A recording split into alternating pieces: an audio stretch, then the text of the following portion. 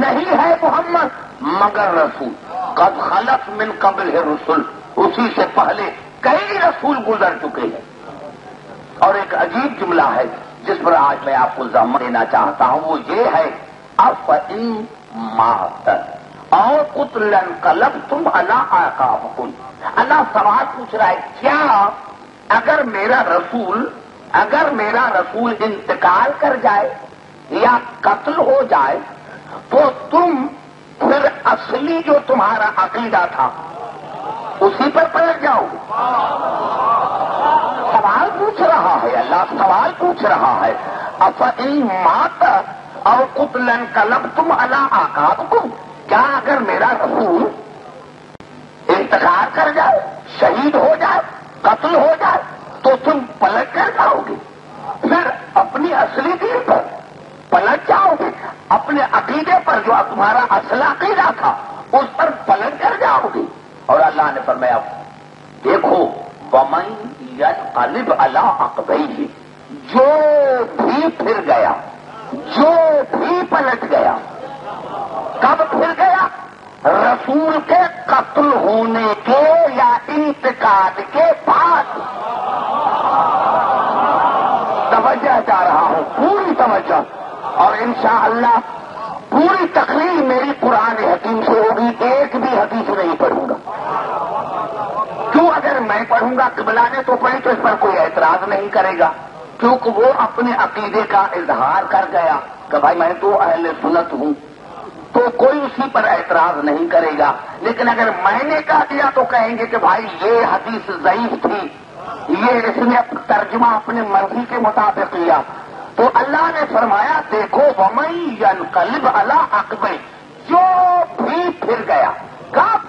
رسول کے انتقال کے بعد، جو بھی پھر گیا رسول کے انتقال کے بعد، جو بھی پھر گیا فَلَن يَضُرَّ اللَّهَ شَيْئًا، تو پھر وہ اللہ کا کوئی نقصان نہیں کرے گا، اللہ کا نقصان نہیں کرے گا۔ جو بھی پھر گیا، جو بھی پھر گیا۔ تقریر میری ابھی یہاں سے شروع ہوتی ہے۔ میرے دوستوں، میرے بزرگوں، پورے قرآن کو قبلہ اگر ہم دیکھیں گے تو اللہ کا یہ قانون رہا ہے کہ واقعہ بعد میں ہوا ہے، اللہ نتیجہ پہلے بتا دیتا۔ اب یہ بڑا جملہ تھا میرا، میرے دوستوں، یعنی پورے قرآن کا یہ قانون ہے، اللہ کا یہ قانون رہا ہے کہ واقعہ رونما بعد میں ہوا ہے، اللہ نتیجہ پہلے بتا دیتا ہے۔ توجہ چاہ رہا ہوں، نتیجہ پہلے بتا دیتا ہے کہ نتیجہ یہ ہوگا واقعے کے بعد۔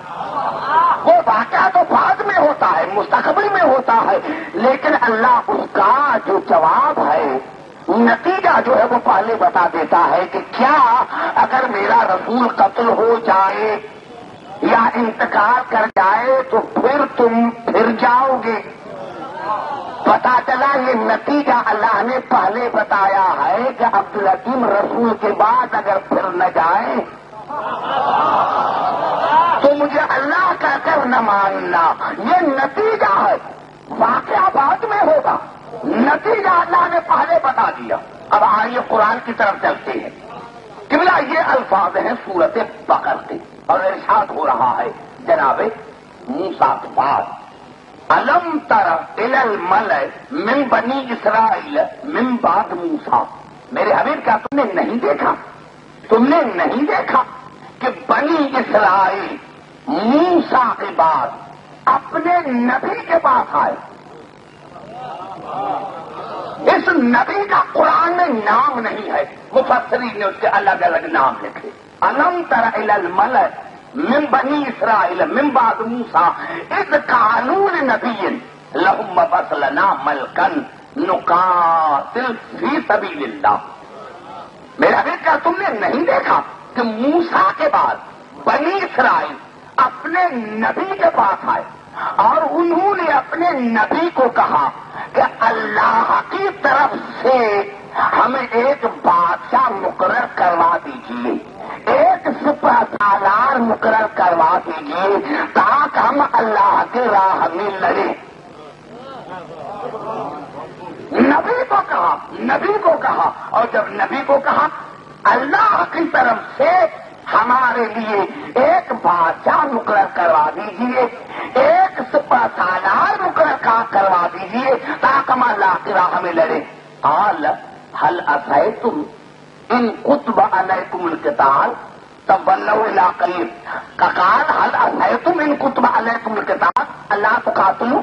تو ان کے نبی نے ان کو کہا کہ کیا اگر تمہارے اوپر جہاد واجب ہو جائے اور اللہ تمہارے لیے سپہ سالار مقرر کر دے تو کیا تم بھاگ تو نہیں جاؤ گے؟ بڑا جملہ ہے میرے دوستوں.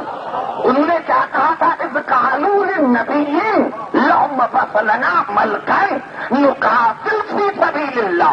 ہمارے لیے اللہ سے ایک بادشاہ ایک سپہ سالار مقرر کروا دیجیے تاکہ ہم اللہ کے راہ میں لڑیں.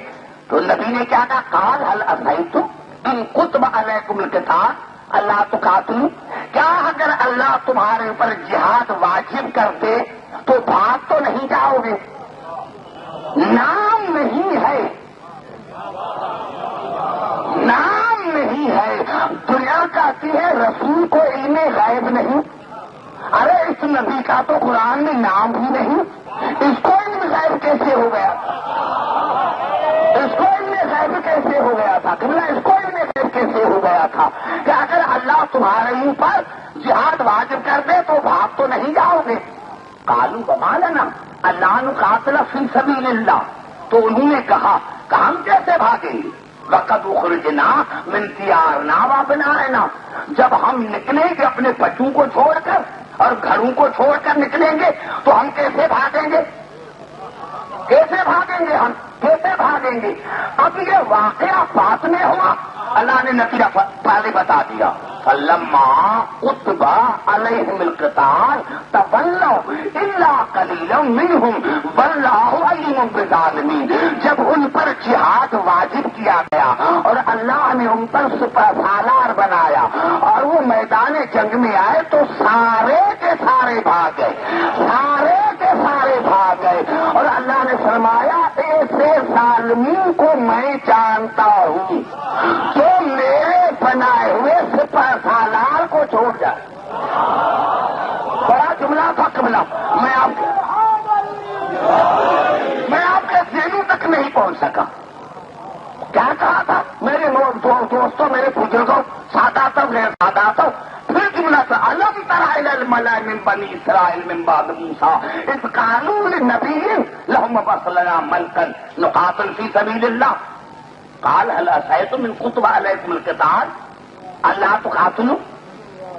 قالوا وما لنا الا نقاتل فی سبیل اللہ وقد اخرجنا من دیارنا وابنائنا. تو ان کے نبی نے ان کو کہا تھا کہ بادشاہ مقرر کروا دیجیے. اس جملے کو شاید آپ نے نہیں سمجھا.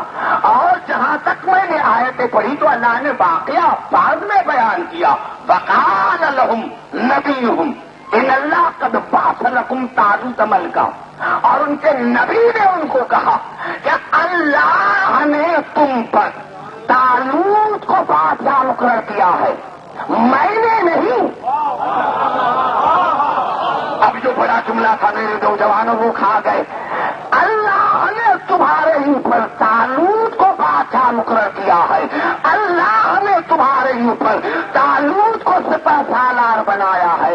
پتا چلا نبی کو یہ بھی حق نہیں کہ لشکر کا سپہ سالار خود بنائے. اب یہ بڑا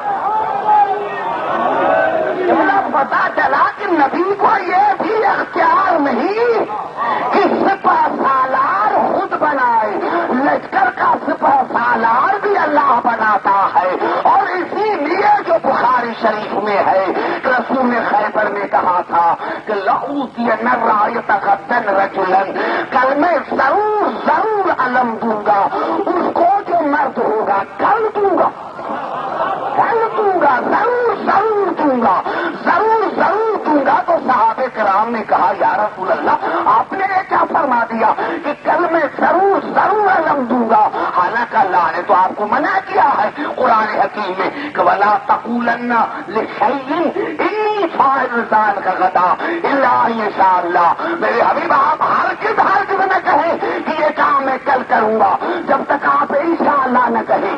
پہلے انشاءاللہ کا پھر کہا کہ یہ میں کام کل کروں گا، تو آپ نے انشاءاللہ تو کہا ہی نہیں، اور کہا کہ میں ضرور دوں گا، تو آپ نے انشاءاللہ کیوں نہیں کہا؟ تو رسول نے ہنس کر فرمایا بے وقوف ہو، اگر میں علی کو علم دیتا تو میں انشاءاللہ کرتا، اگر علی کو میں